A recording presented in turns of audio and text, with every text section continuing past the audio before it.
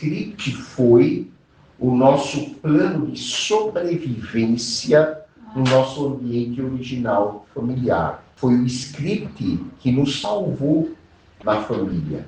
Vocês já pararam para pensar nisso? A criança elabora todo aquele monte de estratégias que foram os recursos que ela encontrou para se adaptar às cobranças, às expectativas dos pais, dos familiares, do ambiente. Então, aquela narrativa que a criança fez para si, a história que ela elaborou na sua fantasia, ela não criou do nada.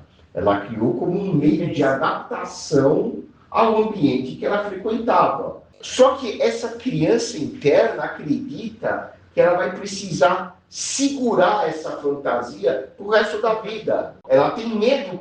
Olha, eu aprendi, eu pensar que eu sou burro, eu sou inadequado. Porque quando eu ajo como uma pessoa inteligente, meus pais dão bronca em mim. Então, quando eu ajo como burro, como uma pessoa inadequada, pelo menos meus pais cuidam de mim, ou me dão bronca. Mas melhor levar bronca do que ser ignorado. Então, essas loucuras que a gente considera loucura hoje, foi o que nos salvou na nossa infância. Por isso que a gente tem tanto medo de largar o osso do script.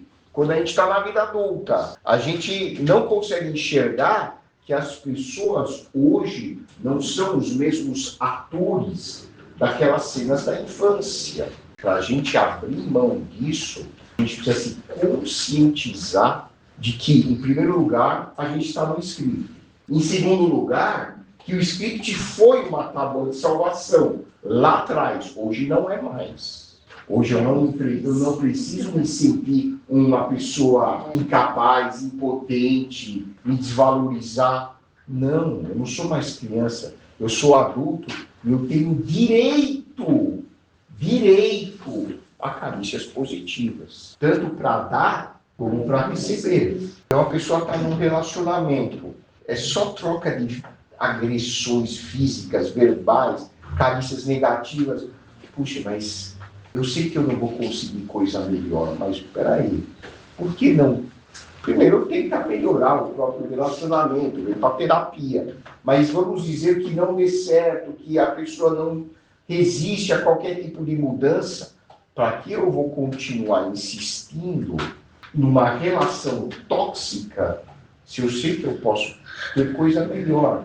Eu tenho direito a ter coisa melhor. Quem é que, como criança, conseguia peitar o pai e falar? Quem falou que eu sou burro? A gente não vai fazer isso. Porque a gente ia apanhar. Então, a criança ainda não tem esse recurso cognitivo para saber que o pai é que está agindo de forma inadequada. Então, ela opta em acreditar. Agora, o grande desafio é você, lá em casa, ou com seus filhos, ou no seu trabalho, com seus colegas, ou com seus familiares, experimenta semear carícias positivas. Chegar para o companheiro, vamos supor, está há um ano, você nem olha para a cara da pessoa. Chega para a pessoa e fala, olha, preciso te falar uma coisa. Eu valorizo a tua existência, você é importante para mim. A pessoa que está no script, a princípio, vai sofrer um abalo sísmico, porque a tendência é rejeitar as carícias positivas. Quando a gente está no script, a gente, em geral, rejeita carícias positivas, porque a gente não consegue acreditar que a gente merece. Mas, se você continuar semeando e ainda estimular o adulto do outro a sair do script e reconhecer que ele merece esse tipo de atenção positiva, isso é altamente curador. Isso é curador mesmo. No mundo em que a gente está, na sociedade em que a gente está, o normal é trocar carícias negativas. Até brincando. E aí, seu imbecil, tudo bem? É a bronca e o safanão. Então, e isso, infelizmente, na vida adulta, vai gerar pessoas que agridem fisicamente o companheiro ou são agredidos fisicamente. E para mim, o que é chocante é eu escutar que acham que é normal você bater numa criança para disciplinar. Não é normal, gente. Isso é absolutamente doentio. É um absurdo você educar com violência física. Não há necessidade disso. Isso vai criar pessoas que mais tarde, lá na frente, vão achar que a agressão é um tipo de meio válido para conseguir alguma coisa. E não é. Nem agressão verbal é. Nem física e nem verbal. Nenhum tipo de agressão deve fazer parte do nosso comportamento. Até quando você percebe que vai entrar numa discussão com um companheiro, seja de trabalho, familiar, enfim. O problema da discussão é que você parte do princípio de que o seu pai tem que ganhar do pai do outro. Você tem que perseguir mais do que o outro te persegue. Então, cada um tenta impor a sua posição, agredindo, falando palavras ásperas. Se o teu intuito é conseguir um acordo, não vou entrar no meu pai interno, eu vou entrar no meu adulto e conversar com um adulto do outro. E quando os dois estão no adulto, a conversa é muito mais agradável, muito mais fácil de você achar uma solução. Então, enquanto você está no pai crítico, você só está bombardeando o outro, e o outro está te bombardeando. Você nem está escutando o que o outro está falando. O seu intuito é esmagar o outro. Ninguém tem o poder de criar sentimentos em você. Ninguém.